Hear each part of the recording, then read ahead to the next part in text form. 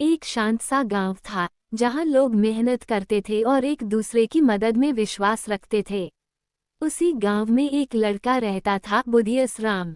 गांव वाले उसे यही नाम इसलिए बुलाते थे क्योंकि वह बहुत तेज दिमाग और चालाक था। चाहे खेत का काम हो, जानवरों की देखभाल हो या किसी की मुश्किल, बुधियस राम हर समस्या का हल ढूंढ लेता था। जड़ी बूटी। एक दिन की बात, गांव के पास जंगल में एक पुरानी खजाने की गुफा होने की अफवाह फैल गई। कई लोग उस गुफा को ढूंढने गए, लेकिन सब रास्ता भटक जाते थे। गांव के मुखिया ने कहा, ग्रेटर देन जिसे भी रास्ता पता चलेगा उसे गांव का हीरो माना जाएगा।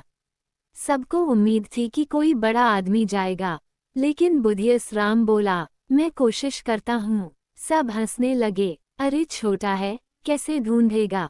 Magnifying glass. बुधियस राम की चालाकी। उसने सबसे पहले उन सब लोगों से बात की जो जंगल जाकर लौट आए थे। हर किसी से वह पूछता गया, कहाँ तक गए, कहाँ पेड़ टेढ़ा दिखा, कहाँ पक्षियों की आवाज बदली, कहाँ ठंडी हवा चली। फिर उन सब बातों को जोड़कर उसने एक मानसिक नक्शा बना लिया। अगली सुबह बुधियस राम अकेला नहीं गया।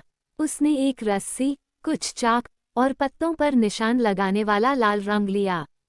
जंगल में जाता गया और हर मोड़ पर एक छोटा निशान लगा देता था ताकि वापस का रास्ता न भूले। खजाने की गुफा मिली। काफी देर चलने के बाद उसे एक बड़ी चट्टान दिखी जिसके नीचे से हल्की हवा आ रही थी। उसने चट्टान हटाई, अंदर गया और देखा, गुफा में एक पुराना लकड़ी का संदूक रखा था। बुधियस राम ने उसे खोला। अंदर सोना चांदी नहीं था, बल्कि एक पुरानी किताब और कुछ औजार थे।